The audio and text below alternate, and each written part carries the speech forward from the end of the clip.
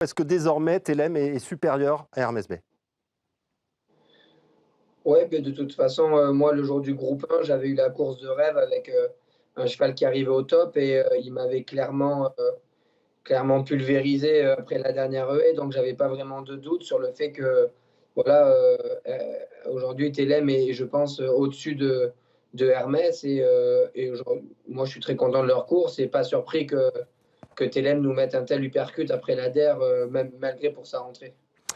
Vous êtes content de ce qu'a fait Hermès, j'imagine, aujourd'hui, hein, il court très très bien comme je le disais. Est-ce que vous sentez qu'il a encore une petite marge de progression quand même? Oui, tout à fait. Je pense qu'il va encore monter là-dessus. Le cheval, il est devenu vraiment dans lui, donc le rallongement de la distance sera qu'un avantage. Voilà, il se fait vraiment, voilà, il s'embête plus trop à bien sauter et tout ça. Là, va falloir qu'on règle un petit peu ça. Mais voilà, la piste aujourd'hui a parlé d'elle-même, avec une course dans les jambes, il avait vraiment besoin l'autre jour. Là, aujourd'hui, il est bon second. Je suis sorti du peloton assez facilement au bras.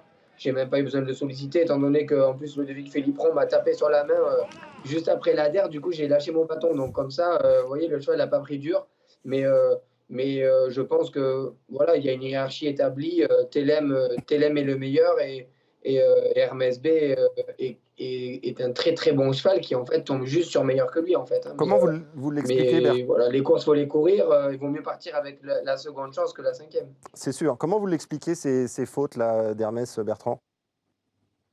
Bah, c'est un cheval qui a pour qualité d'être très entendu et très ramier, mais là, c'est un petit peu en train d'être peut-être un peu trop. Donc voilà, va peut-être falloir que moi, à cheval, je lui explique un petit peu quand même, l'importance de garder du sérieux parce que là, il a été coquin aujourd'hui, hein. Il s'est vraiment pas embêté, tout au long de la course. Alors en même temps, Julien, on a eu une course quand même extrêmement rythmée aujourd'hui, hein, par la présence à la fois de Goalil, qui a d'ailleurs très bien tenu sa partie, et Captain. Exactement. Trois pelotons dans cette course. Goalil qui a plié Captain à mi-ligne d'en face, qu'il a laissé, j'allais dire une expression un peu Oui, triviale, mais Captain pour qui s'est mort arrêté, à ouais. mi-dernier tournant, à mi-ligne d'en face. Et on a pu croire au bout de la ligne d'en face que quand les trois principaux favoris sont venus sur ses talons, qu'ils allaient l'avaler. Et au contraire, il a quand même tout à fait résisté pour garder une méritoire quatrième place. C'était un vrai rythme. On a, je crois, fait 1,9. J'ai regardé quand même l'an dernier, on était sur une réduction kilométrique d'1,10. Mais ça a été une course limpide et fluide d'un bout à l'autre. Ce qui, généralement, quand c'est comme ça, laisse peu place au doute, le meilleur à gagner. Vous aviez ce sentiment, Fabien, dans le parcours, en voyant ces deux-là là, s'expliquer, partir en tête, qu'il y en allait peut-être un des deux qui allait rester? Ah, jamais de la vie, hein. Bon, moi, j'avais mes jumelles braquées sur Il est français pour voir un peu comment il se comportait. Il n'avait pas l'allant du tout attendu par On va y tous ses revenir, hein, supporters, ils étaient nombreux. Mais Goalil fait quelque chose. Et puisque j'ai laissé traîner mes oreilles au rond de présentation, c'est notre métier, hein, c'est pas toujours très joli, mais c'est comme ça.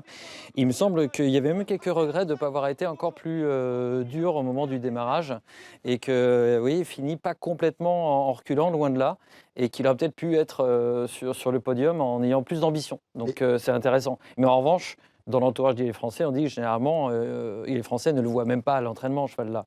Enfin, il est très loin devant. Donc on sent bien que Alors, Il est français n'a pas eu une course justement, en rapport avec sa qu'est-ce qui qualité. explique, Julien, ce qui s'est passé aujourd'hui avec Il est français? Dans le Renault du Vivier, en terrain très souple, il avait gagné, mais c'était, je dirais pas poussif, parce que quand on gagne un groupe 1 de 10 longueurs, on peut pas se plaindre. Mais la dernière fois, il y avait Captain qui était à sa range, qui était à 3-4 longueurs, c'était pas exceptionnel. Alors vous allez me dire, il y avait Spirit of the Moon, il y avait Hermès B, qui étaient derrière, qui prennent leur revanche aujourd'hui. Je sais qu'à Chantilly, il y a des chevaux qui tout sautent un peu. Est-ce qu'un contre-coup d'une deuxième course, voilà. Je vais vous reprendre un exemple tout bête. On était sur ce plateau il y a un an pile dans ce prix hypothèse. Tout le monde annonçait après le Junier un duel Télème-Hermès B. Télème a fini mauvais troisième, Télème troisième, Hermès B très mauvais sixième. Et l'autonomie est arrivée, elle va être transpercée. On se régalait de ce duel depuis des semaines, ce même prix hypothèse. Laissons à Il est français, son entourage, regardez ce qui se passe. Il est évident qu'il ne fait pas sa valeur aujourd'hui. Moi, j'en ai parlé avec son éleveur et son copropriétaire, Nicolas Lagenette, et pour eux, il a gagné sur sa classe, sa rentrée, mais qui était plus dure, cette rentrée, qu'espéré finalement, parce qu'il l'a fait. Il est allé se puiser alors qu'il n'était pas vraiment prêt pour sa rentrée.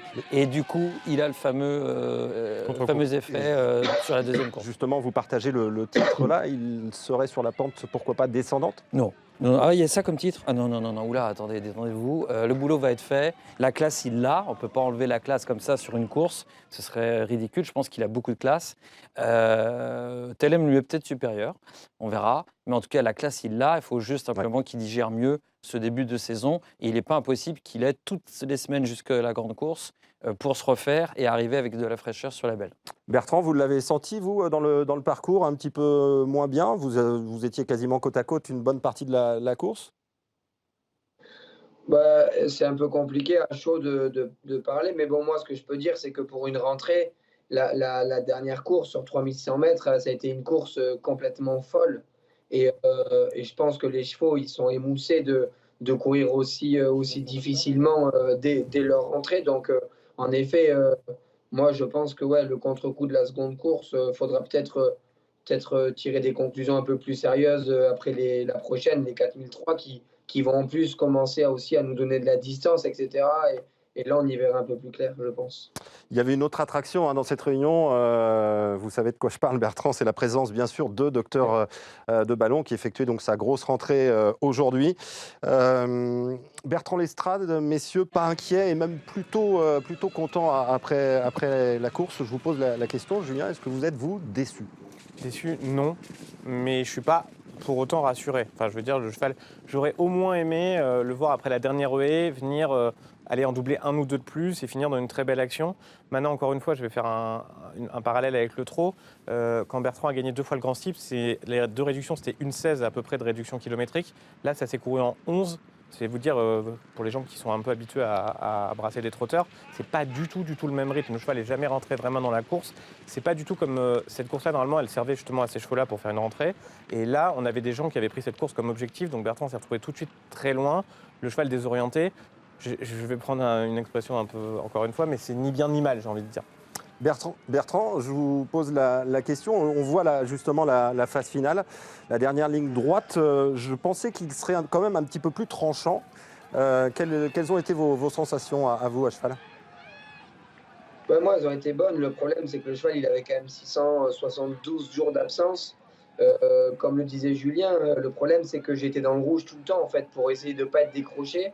Donc, si vous voulez, obligatoirement, le fait d'être dans le rouge un petit peu tout le temps, ça émousse un petit peu sa pointe de vitesse finale. Moi, ce que j'ai aimé, c'est que le cheval, il a beaucoup aimé tout le parcours. Il m'a emmené, il a sauté très, très bien.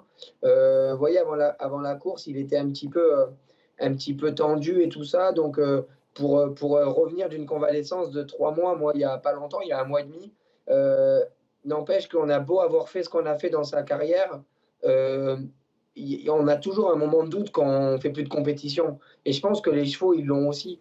Donc, moi, je ne suis pas du tout inquiet. Et je dirais qu'en effet, quand on est observateur, c'est ni bien ni mal. Parce que moi aussi, j'aurais rêvé qu'ils viennent, ils prennent ces 65 km/h comme il sait faire après l'ADER et puis que j'en avale 3-4 de plus.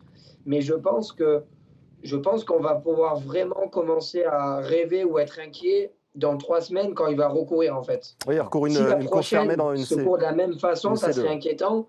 Si la prochaine, on voit son vrai visage, on se dira juste, ouais, il avait besoin de ça.